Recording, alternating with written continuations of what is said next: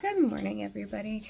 I just thought I'd jump on here and give you guys a little bit of history on Scott and a little bit of culture of how we work as a family. Scott was born 35 weeks and he spent 4 weeks in the NICU. He was stillborn, so he wasn't breathing and his heart wasn't going for 6 minutes. So when we did get him revived, we knew that we were going to probably have something going on. He didn't cry until 4 weeks and about 3 days afterwards, when he was getting better enough to where he can get circumcised, get cleaned up, and get discharged home. When we were cleaning his circumcision is when he cried for the first time. So we knew that it was going to be a long road. We just didn't know what it would turn out to be. We have my dog. My dog.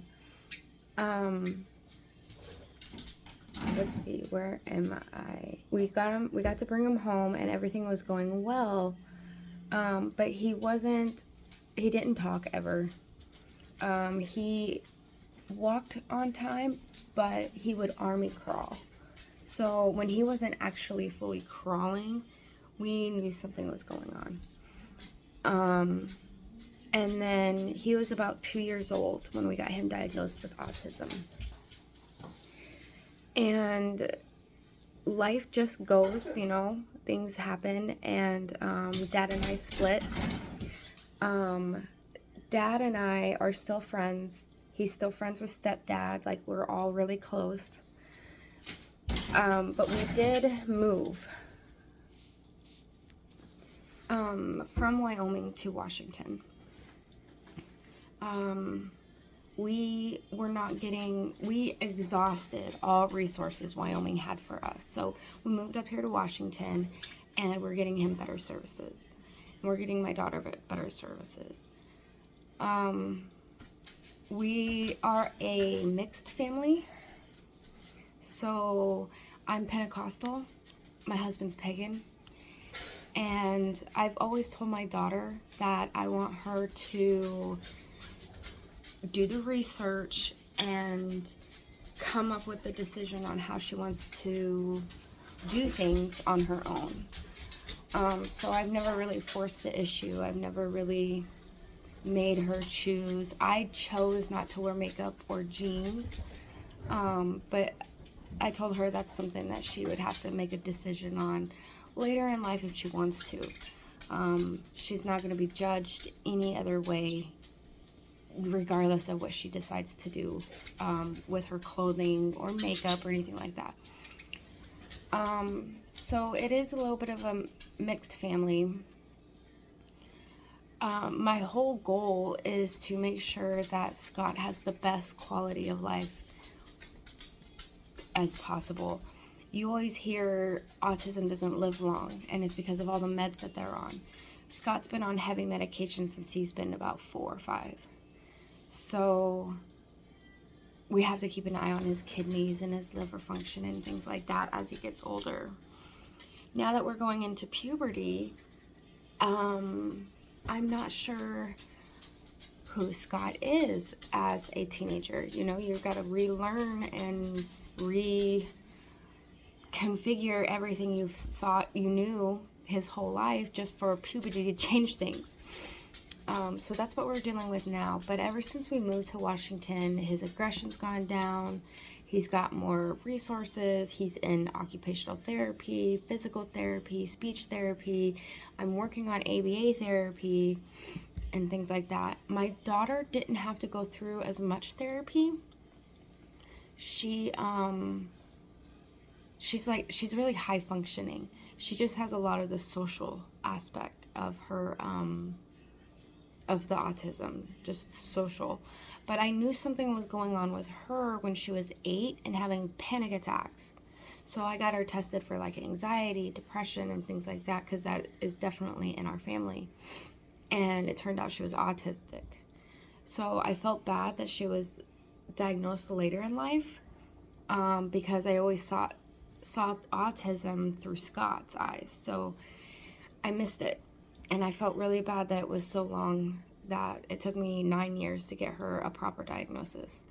But since she was 3 years old, she's wanted to be a creator, a producer, a writer, and she's still held on to that dream.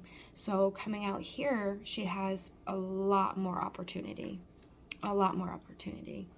So that's kind of where we're at right now, is we just moved to Washington and getting things settled, and life is going really well.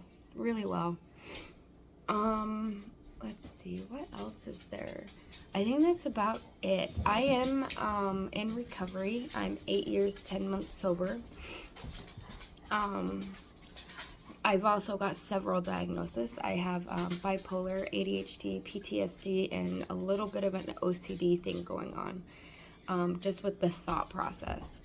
So making sure that I stay in self-care and make sure that I'm doing what I need to do every single day will help me function taking care of the kids. Having mental health and raising mental health is difficult, because I do have my low days, and that's okay.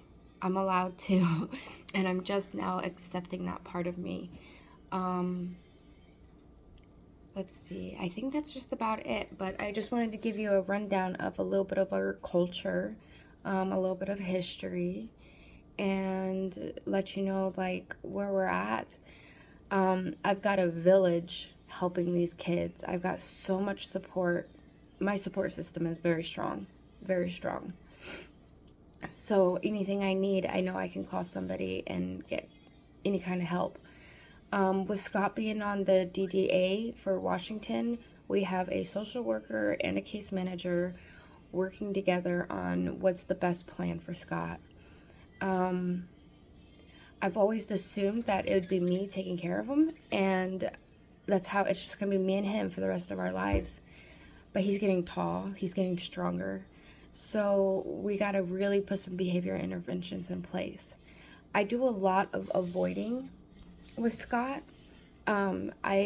Whatever I can do to not have a meltdown is what we'll do, but I got told yesterday that I'm enabling and that I need to get a little bit more stricter with him as far as getting the hitting under control, saying no, and him being okay with saying no, things like that. So that's kind of where we're at right now. I'm relearning how to handle a teenager on the spectrum.